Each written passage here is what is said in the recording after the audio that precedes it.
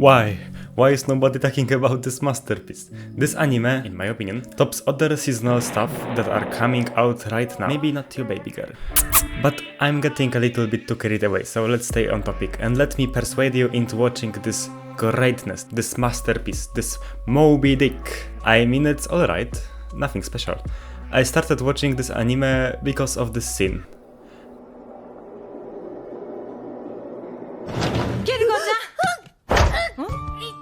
And I didn't know what I was getting myself into, but I got very positively surprised by the complexity and the plot of this show. So, じゃあジャンパー脱いで。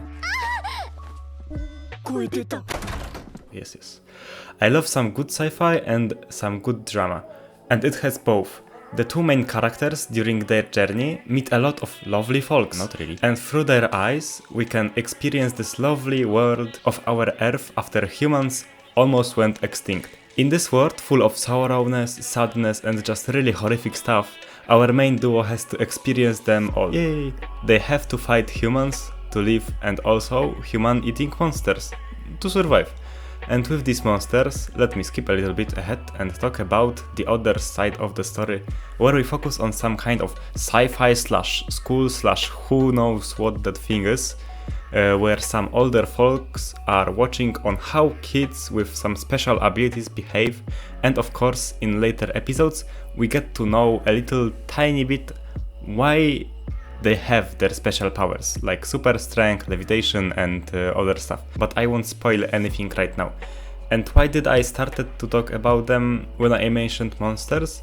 Well, it's because you see, they are connected. I don't know yet why, but they showed us some stuff and it must mean something for sure. Also, the episodes are made so that we get to see our two young folks on their journey, but on the next episode, or even in the same episode a little bit later, we focus on the other part of the story, and now I will name our main duo so I will stop repeating myself over and over again.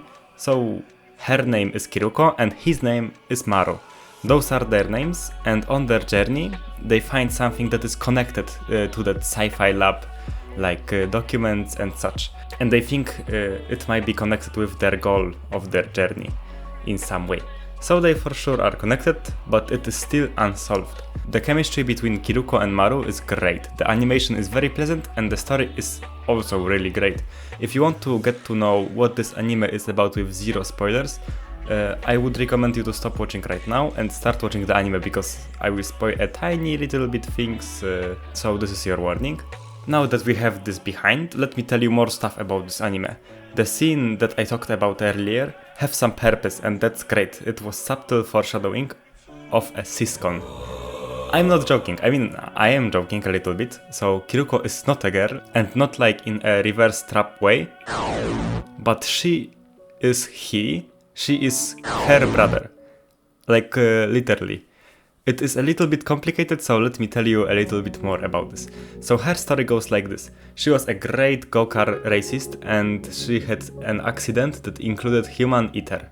Her brother, being the goat he is, tried to save her, but got himself, how to say it lightly, in not the best condition. He got eaten in half.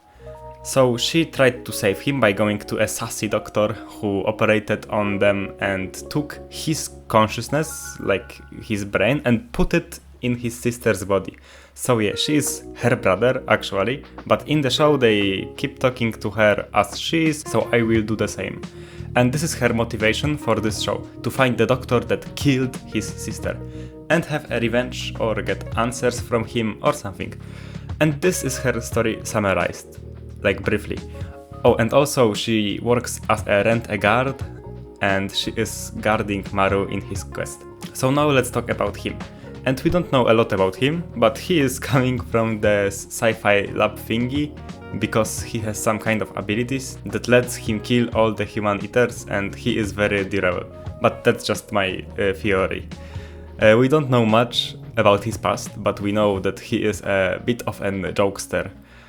rascal, if you will, and gets himself into a lot of difficult situations, and he also has to go through a lot of hardships and difficulties, and it is really well shown in this show, and everything feels real. Especially the hospital arc made a big impact on me, and I won't spoil anything important because I think everyone has to watch it on their own, but it has shown us a really great story and a very powerful one to say about struggles, greed and love. I know how typical this sounds, but it really was perfect for me. I really love this. I don't know what to say more about this anime, but please give it a try. It really is great and I can't recommend it enough.